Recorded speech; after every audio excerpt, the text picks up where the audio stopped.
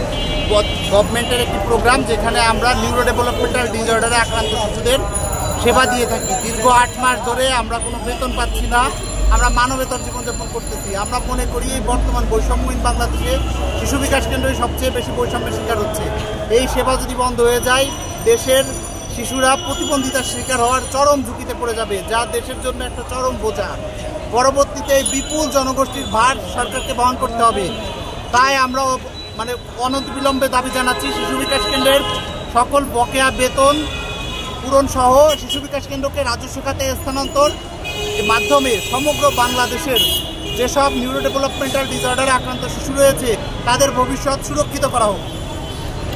কেন্দ্র আমরা 35টা শিশু বিকাশ কেন্দ্র এই জুন মাসের পরে জুলাই থেকে আজ অবধি আমরা কোনো স্যালারি পাচ্ছি না। স্যালারি ছাড়াই আমরা বর্তমানে আমাদের শিশু বিকাশের কার্যক্রম চালাতে যাচ্ছি।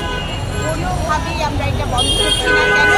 আমরা শুধুমাত্র এই আমাদের সার্ভিসগুলো পাচ্ছে যারা ওই প্রতিবন্ধী এবং যারা বিশেষ চাহিদা সম্পন্ন বাচ্চারা, তাদের অভিভাবকরা খুবই কষ্টে থাকে। তাদের বাচ্চা নিয়ে ওনারা কোথায় যাবে এরকম কোনো নির্দেশনা তাদের কাছে নাই।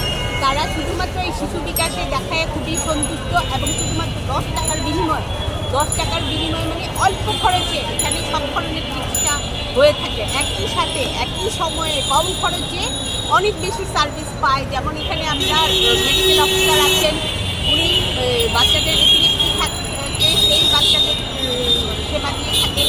ডেভেলপমেন্টাল থেরাপিস্ট আছেন, সব ধরনের থেরাপি দিয়ে থাকেন। চাইল্ড সাইকোলজিস্ট আছেন, তিনি বাচ্চাগুলার বুদ্ধি কেমন সেই দিকটা দেখে থাকেন। এই সব ধরনের বাচ্চাদেরকে আমরা এখানে সার্ভিস দিয়ে থাকি। যেমন সেরেব্রাল পালসি বাচ্চা, ডাউন সিনড্রোম, স্পিচ ডিলে, তারপর মোটর ডিলে এবং বিহেভিয়ারাল প্রবলেম অনেক বাচ্চাদের থাকে এবং অটিজম।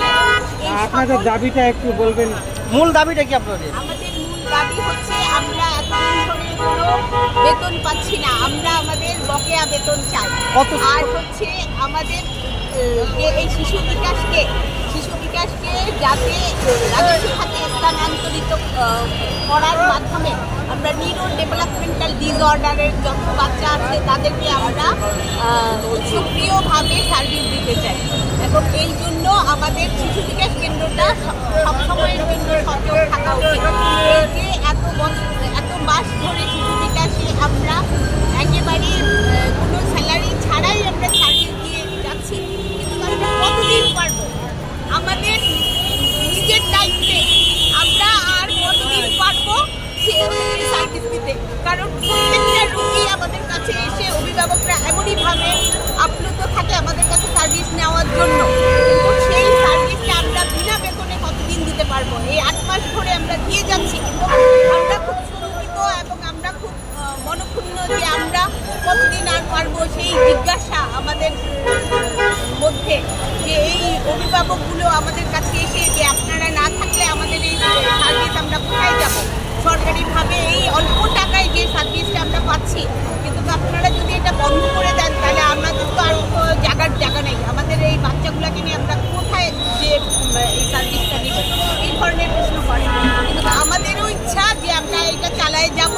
এই কারণেই আমরা চাচ্ছি আমাদের চাকুরিটা যদি স্থায়ীকরণ হয় এবং আমাদের বকেয়া বেতনগুলো যাতে পাই এবং সামনের দিকে আমরা যাতে সুস্থ মনে, আমাদের কোনো বিকাশ নাই, আমরা সকল শিশুর বিকাশ করে যাচ্ছি, কিন্তু আমাদের যে মানসিক বিকাশ দরকার এইটা আমরা আপনাদের মাধ্যমে, সাংবাদিক আপনাদের মাধ্যমে আমরা সরকারকে এবং কর্তৃপক্ষ যারা আছেন তারা যেন আমাদের এই দাবিগুলো মেনে নিয়ে আমাদের এই শিশু বিকাশ কেন্দ্র একদম সুন্দরভাবে যাতে পরিচালনা করার সুযোগ থাকে, সেইটাই আমরা আমাদের দাবি। আপনাদের যোগদান কত সালে করছিলেন? আমরা এখানে 2008-9 থেকে আমাদের এই শিশু বিকাশ কেন্দ্র চালু হয়। একদম আমরা সেন্টারে 8 সাল থেকে স্টার্ট হয়। 9 সালের মধ্যে আমরা প্রত্যেকটা সেন্টারে শিশু বিকাশ কেন্দ্র চালু করি। প্রথম 5টা হয়, পরবর্তীতে আবার 5টা, পরবর্তীতে আরও 5টা, এর পরবর্তীতে 20টা একসাথে হয়েছে, টোটাল 35টা। আমি মূলত আপনাদের 8 মাসের বেতন বকেয়া দাবি করছেন, এর আগে কি টাকা পাইছেন আপনারা? 2024 জুন পর্যন্ত পেয়েছি। হ্যাঁ, এরপরে তো এখন পক্ষে আছে।